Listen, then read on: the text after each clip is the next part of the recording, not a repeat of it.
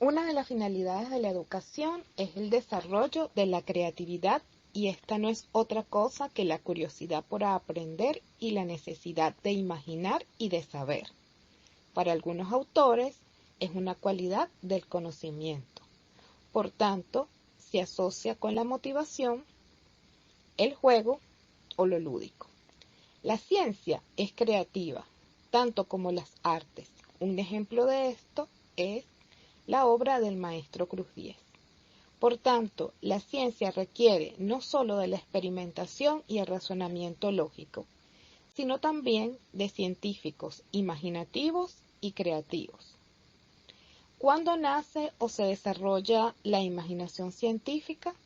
Son múltiples las estrategias para el desarrollo de la creatividad.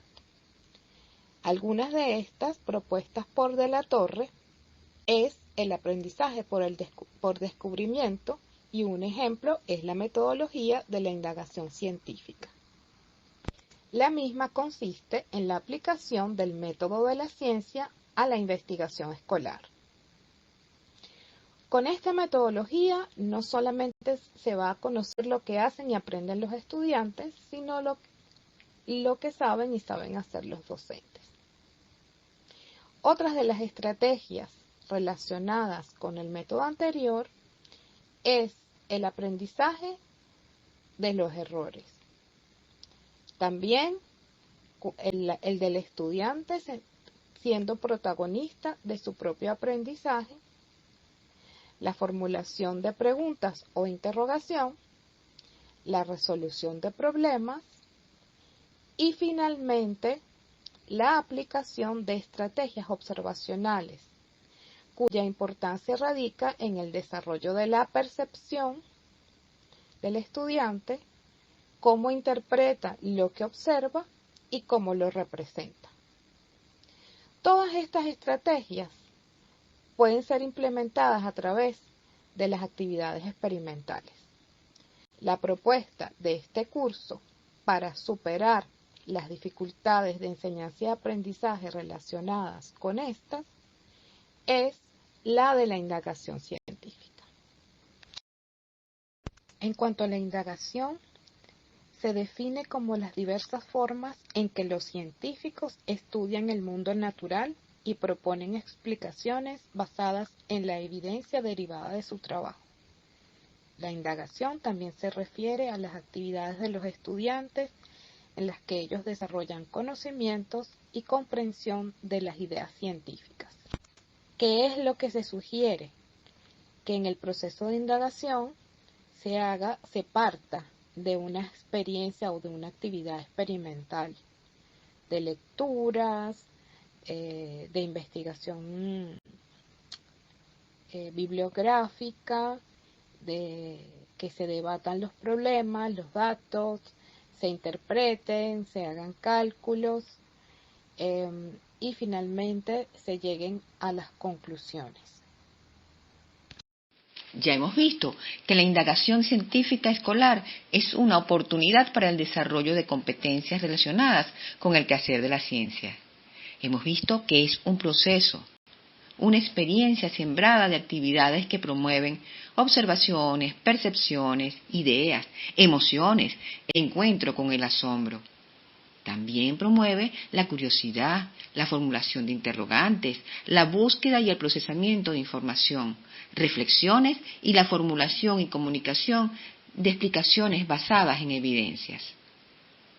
La memoria de todo esto, el resguardo de todo esto, su internalización, sistematización y aprovechamiento para el desarrollo de esas competencias, vinculadas, como ya dijimos, a los procesos de la ciencia, requieren de un registro. Y en todo esto reside la importancia del cuaderno de experiencia. Es una oportunidad para la expresión y para el tratamiento eferente y estético de la información.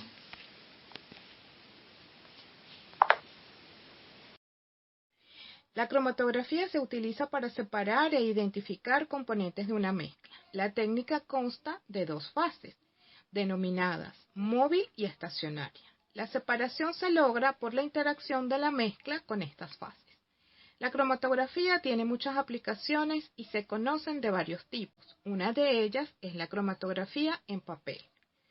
En esta, la fase estacionaria es el papel y por lo general la móvil es agua con un solvente orgánico. El papel se sumerge en la fase móvil. Los solventes van a subir por capilaridad y con ellos los componentes de la mezcla, recorriendo progresivamente el papel con diferentes grados de interacción. Esta última va a depender de la afinidad que tengan las sustancias para ser absorbidas por la fase estacionaria o de ser transportadas por la fase móvil. El resultado de este proceso es la separación. Una cromatografía tiene 3 etapas. La primera es la aplicación de la muestra en la fase estacionaria, en este caso el papel.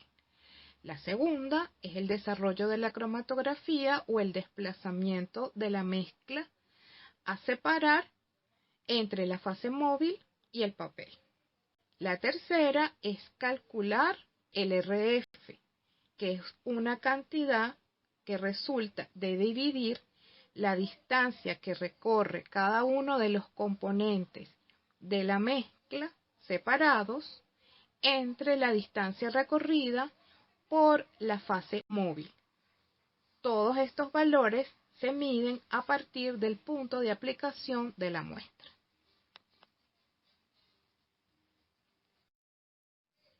Tal vez te hayas preguntado si los colorantes son una mezcla. Y de serlo, si es posible identificar los componentes de dicha mezcla. Para responder estas preguntas, te proponemos la siguiente actividad experimental que hemos denominado la comida entra por los ojos. Esta es una expresión que usamos frecuentemente en el momento de comer. Por lo general, relacionamos la calidad del alimento con el color y lo conectamos con el sabor. Los métodos de envasado y conservación hacen que los productos pierdan color. Es por ello que se le añaden colorantes naturales o artificiales más estables a estos procesos. Entre los naturales están el caramelo o la cúrcuma.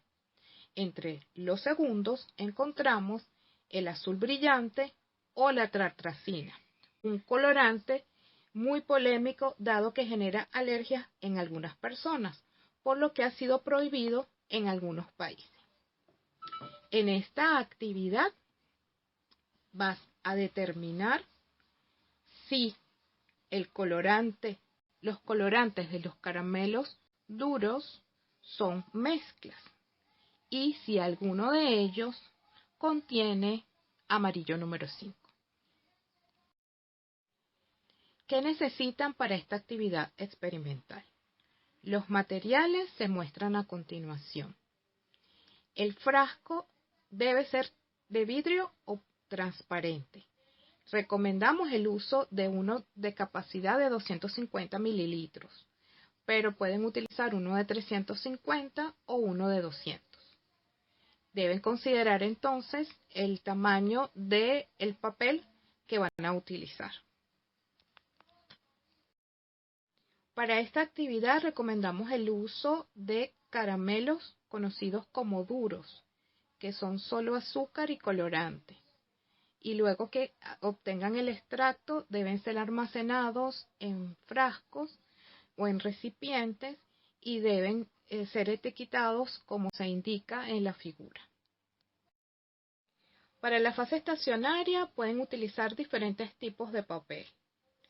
El papel de filtro de café o el papel de escribir o de impresora. Hasta podrían usar el papel secante del que se utiliza en la cocina. Tal como se mencionó en la descripción de la técnica de cromatografía, la fase estacionaria va sumergida en la fase móvil. Para sostener el papel se puede utilizar, como lo muestra la figura, un lápiz y una pinza o cualquier otro material como las pinzas de brocheta, y por el tamaño para sostenerlo también se puede utilizar un clip. El procedimiento detallado para esta actividad experimental lo tienen en la carpeta correspondiente y va adjunto también un video. A continuación paso a comentar algunos aspectos de interés de cada una de las etapas. Lo primero que deben realizar es la extracción del colorante o de los colorantes de los caramelos. Aquí les recomiendo que utilicen diferentes marcas y sencillamente es colocarlos en agua y evaluar la concentración que tienen en función de la coloración. En mi caso probé diferentes marcas hasta que logré pues lo que me parecía, lo que me permitió obtener un extracto adecuado. En mi caso son caramelos esféricos que pesan alrededor de 3 gramos, 3,2 gramos cada uno, y obtengo un colorante de concentración razonable disolviéndolo 4 caramelos en aproximadamente 30 a 40 mililitros de agua. Luego que ya tienen los extractos, deben ser almacenados y etiquetados como se indicó en la parte de los materiales y reactivos. Luego procedemos a preparar el recipiente donde se va a realizar la cromatografía. Como ya les mencioné las características, deben entonces preparar la mezcla de solventes en un recipiente, agitarlo y luego trasvasarlo. Es importante que lo tapen si no lo van a utilizar todavía. Luego procedemos a preparar la fase estacionaria. Es muy importante que la línea donde van a colocar la muestra que van a separar de colorante esté por encima del nivel de donde tienen la mezcla de solventes. Recuerden que lo ideal es que el solvente arrastre la mezcla. No puede estar sumergida la mezcla en el solvente. Por lo general se recomienda colocar la línea un centímetro del borde inferior. Pero como les digo, dependiendo de la forma del recipiente que tengan, pues va a ser la altura del nivel de la mezcla de agua con alcohol. Por eso sugiero que midan antes de marcar la línea en donde van a colocar la mezcla de colorante o el colorante. Muy importante también identificarlo. Si van a colocar el colorante verde, colocar las siglas que se indican en la parte de los materiales y reactivos. En cuanto al desarrollo del cromatograma, es importante que tengan una fase estacionaria larga que le permita al solvente recorrer una distancia grande, porque así van a poder visualizar mejor la separación de la mezcla.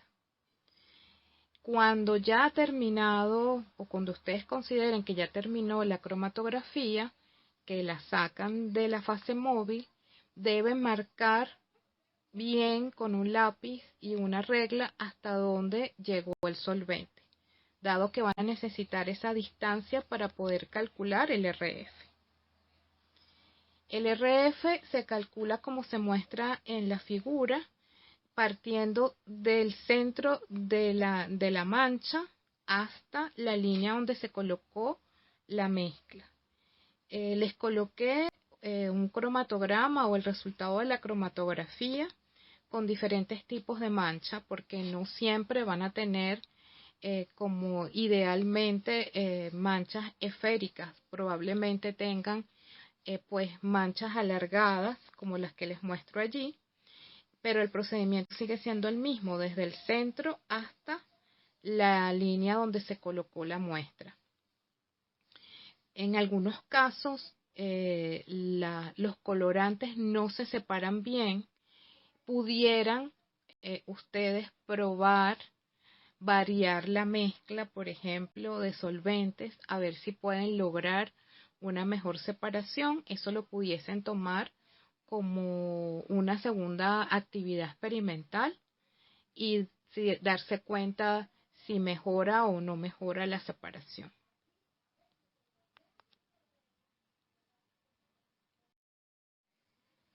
La segunda parte de esta actividad experimental es identificar en aquellos colorantes que tengan amarillo, cuál de los amarillos contiene.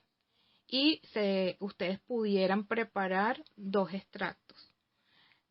Uno con un colorante amarillo, puede ser o no amarillo número 5, el que consigan. Pueden utilizar una gota de ese colorante y añadirle 5 gotas de alcohol y eso es suficiente. En cuanto a la cúrcuma, la cúrcuma se disuelve en agua caliente. Utilizan muy poquito, en aproximadamente 10 gotas es suficiente. Y ya tendrían los dos amarillos. Luego, en el caso de la preparación de la fase estacionaria, colocan el colorante que tiene amarillo en la línea donde se aplican las mezclas. Puede ser el colorante donde ustedes detectaron que haya amarillo. Y al lado colocan los dos amarillos que tengan. Si no tienen dos, pues el que tenga. Y los identifican para que sepan, en el caso que tengan dos amarillos, cuál es cada uno. El procedimiento a continuación es el que ya hicieron en la parte anterior de la separación de saber si eran mezclas o no. Esta actividad puede tener variantes y una de ellas sería cambiar la polaridad del solvente. Pudiesen utilizar cucharillas medidoras como las que se usan en la cocina, que tienen diferentes capacidades. También pudiesen utilizar marcas diferentes de caramelos. También hay unos caramelos de chocolate que están recubiertos por una capa de azúcar con color. Pudiesen también utilizar esos. También pueden repetir este procedimiento ajustando, como les digo, la composición de la fase móvil para determinar la composición de tintas negras o marrones. También marcadores de colores pudiesen utilizar. Y dependiendo de la edad de sus estudiantes, esta es una actividad que se puede hacer incluso con niños de primaria. Pudiesen hacer ustedes mismos con colorantes las mezclas y tal vez no hacer el proceso de extracción. Dependiendo de la edad, ustedes evalúan el nivel de paciencia de los estudiantes, porque digamos que los tiempos son distintos para estudiantes de primaria que para estudiantes de secundaria. Eso pudiese ser una posibilidad y tal vez hacer ustedes el proceso de recortar las tiras de papel, puede ser también, solamente que ellos coloquen la mezcla en el punto de aplicación. Va a depender, por supuesto, como les digo, de la edad de los estudiantes.